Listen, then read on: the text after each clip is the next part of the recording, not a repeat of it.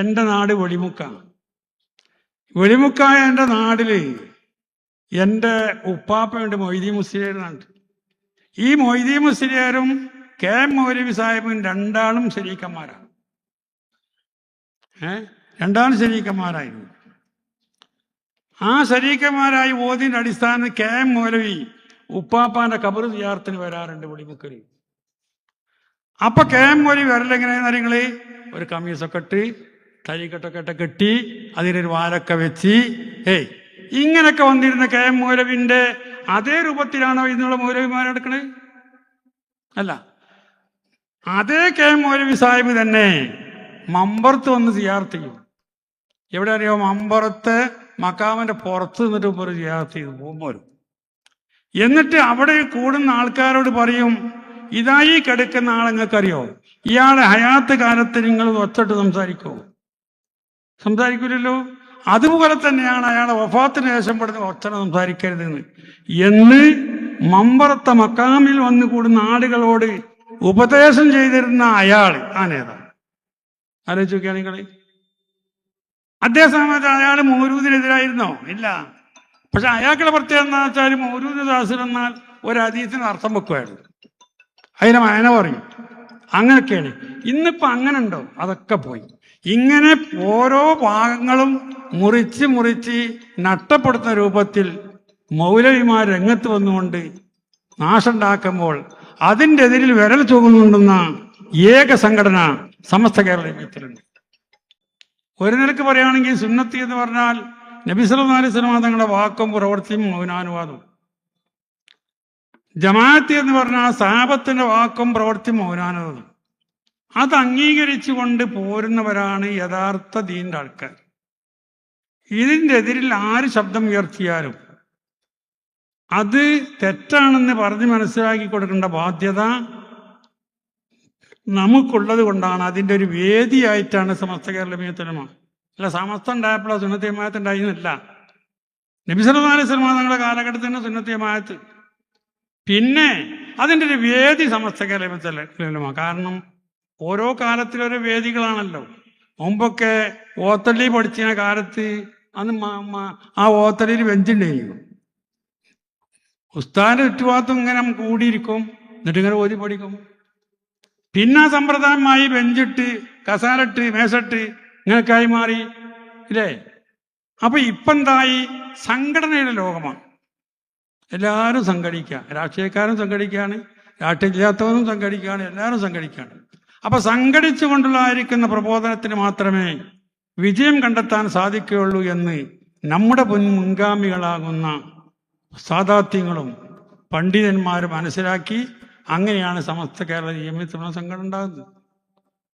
അപ്പൊ ആ സമസ്ത ഉണ്ടാക്കിയതിന്റെ കാരണം അക്കാലഘട്ടത്തിൽ അതേവരെയൊക്കെ നടന്നു പോന്നിരുന്ന സമ്പ്രദായത്തിനെതിരായിട്ട് പണ്ഡിതന്മാരെന്ന് പറയുന്ന ഒരു വിഭാഗം ആൾക്കാർ ജനങ്ങളെ മുന്നിൽ ചെന്ന് സംസാരിച്ചപ്പോൾ അതിനെതിരിൽ വിരൽ ചൂണ്ടുന്നതായ ഒരു പ്രസ്ഥാനം സമസ്ത കേരള ജമിയത്തുൽ ഉലമ. അതുകൊണ്ട് തന്നെ സമസ്ത കേരള ജമിയത്തുൽ ഉലമ ഉണ്ടായത് കൊണ്ട് ഇവിടെ യഥാർത്ഥ ഇസ്ലാമിന്റെ ഒരു വള്ളിക്കോ പുള്ളിക്കോ മാറ്റം വരുത്താതെ നിലനിർത്താൻ സാധിച്ചു. നേരെ മറിച്ച് നമ്മളൊക്കെ വിഘടിതമായി അങ്ങനെ പോയിക്കാണെങ്കിലുണ്ടല്ലോ, ഇതൊന്നും ഇതേ രൂപത്തിൽ കൊണ്ടുനടക്കാൻ സാധിക്കൂല. എല്ലാവരും ഐക്യത്തോടു കൂടിയുള്ള സംഘടനകളാണ് പ്രവർത്തിച്ചുകൊണ്ടിരിക്കുന്നത്. അതുകൊണ്ട് ആ സമസ്ത കേരള ജമിയത്തിന്റെ ആശയാദർശങ്ങൾ ജനങ്ങളുടെ മേൽ അവതരിപ്പിക്കാൻ വേണ്ടി അതിൻ്റെ ഒരുപാട് കീഴ്ഘടകങ്ങളുണ്ട്. പിന്നെ സുന്നി യുവജന സംഘമുണ്ട്. എല്ലാ പാർട്ടിക്കാർക്കും അല്ലേ? ഇപ്പൊ ലീഗിനെ സംബന്ധിച്ചാണ് മുസ്ലിം ലീഗ്, യൂത്ത് ലീഗ് ഇല്ലേ? അതുപോലെ സുന്നി യുവജന സംഘമുണ്ട്. അതുപോലെ തന്നെ ഈ ലീഗിന് MSF ഉണ്ട്. അതുപോലെ തന്നെ സമസ്തക്ക് SKSF ഉണ്ട്. ഇങ്ങനെ എല്ലാ മേഖലകളിലും പ്രവർത്തിക്കാനുള്ളതായ ചുറ്റുപാടിലായിട്ടാണ് നമ്മുടെ സംഘടന മുന്നോട്ട് പോകുന്നത്. അത് ഈ പുരോഗമിച്ച് വന്നതുകൊണ്ട് ഇവരൊക്കെ ഒരുപാട് നിരക്ക് തടയിടാൻ നമുക്ക് സാധിച്ചിട്ടുണ്ട്. അല്ലെങ്കിൽ യഥാർത്ഥ ഇസ്ലാമിൻ്റെ നിയമങ്ങൾ ജനമധ്യത്തിനോട് എടുത്തു കളയാൻ പോകുന്ന ഒരു സാഹചര്യത്തിലേക്ക് ഇവിടുത്തെ നവീനവാദികളാകുന്ന പണ്ഡിതന്മാർ രംഗത്ത് വരുന്നു. അതിനാണ് ഞാൻ കെ എം മൗലവിൻ്റെ പറഞ്ഞത്. ആ കെ എം മൗലവിൻ്റെ ശേഷമുള്ള മൗലവിമാർ ഇന്ന് അവർക്ക് ഒന്നുമില്ല, തലയിലില്ല, മിമ്പർമേൽ കയറുകയാണെങ്കിലും ആർക്കും തരികെട്ടില്ല. തരികെട്ട് വേണമെങ്കിൽ ഒരു തലമറക്ക പോലുമില്ല. ഈ രൂപത്തിലായി തരം താഴ്ന്നിരിക്കുന്ന ഒരവസ്ഥ വരുമ്പോൾ ഇതൊന്നും ശരിയല്ലെന്ന് ലോകത്തിന് മുന്നിൽ പറയേണ്ട ബാധ്യത മുഅല്ലിമീങ്ങളാകുന്ന നമുക്കുണ്ട്, പണ്ഡിതന്മാർക്കുണ്ട്. ഈ ഒരു ബോധത്തോടുകൂടെ നമ്മൾ എവിടെയൊക്കെ തരീം ചെയ്യുന്നുണ്ടോ അവിടെയൊക്കെ വരുന്ന ജനങ്ങളോട് സാന്ദർഭികമായി പറഞ്ഞ് മനസ്സിലാക്കി കൊടുക്കണം. സാന്ദർഭികമായി ഞാൻ പറയാൻ കാരണം എന്താ അറിയോ? നമ്മൾ രാജ്യത്ത് നിന്നാണ്ട് തല്ലിപ്പിടിക്കാക്കലല്ല, അത് ശരിയാവില്ല. ഈ ഇക്ര ബിസ്മി റബ്ബിക്കല്ലതിയ ഖലക്ക എന്ന് പറഞ്ഞുകൊടുത്ത് ഇക്ര ബിസ്മി റബ്ബിക്കല്ലതിയ ഖലക്ക സൃഷ്ടിച്ച രക്ഷിതാവിന്റെ പേര് കൊണ്ട് വായിക്കാന്നാ പറഞ്ഞു. അവിടെ പറഞ്ഞു സത്യത്തിൽ ഇതെവിടെ ഇറങ്ങുന്നത് മക്കത്താണ്. ആ മക്കത്തെ സ്ഥിതി എന്താ? മുഴുവനും ശിർക്കാണ്. അവിടെ മുന്നിൽ പറയേണ്ടത് ശിർക്കിന്റെ കാര്യമല്ലേ? ഇക്ര ബിസ്മി റബ്ബിക്കല്ലദീ ലാ ശരീക ലഹു അങ്ങനെ പറയാവേണ്ടത്. അവിടെ ഖലക്ക പറയാനുള്ള കാരണം വലിയ ദൈവമാണ് സൃഷ്ടിക്കുന്നത് എന്ന് മക്കക്കാരൻ വിശ്വസിക്കുന്നു. അപ്പോൾ അവരുടെ ഇടയിൽ എതിരില്ലാത്ത കാര്യങ്ങൾ പറഞ്ഞ് സമാധാനമായി പറഞ്ഞ് മനസ്സിലാക്കി കൊടുത്ത് നമ്മൾ ആശയത്തിനോട് നടപ്പിൽ വരുത്തണം.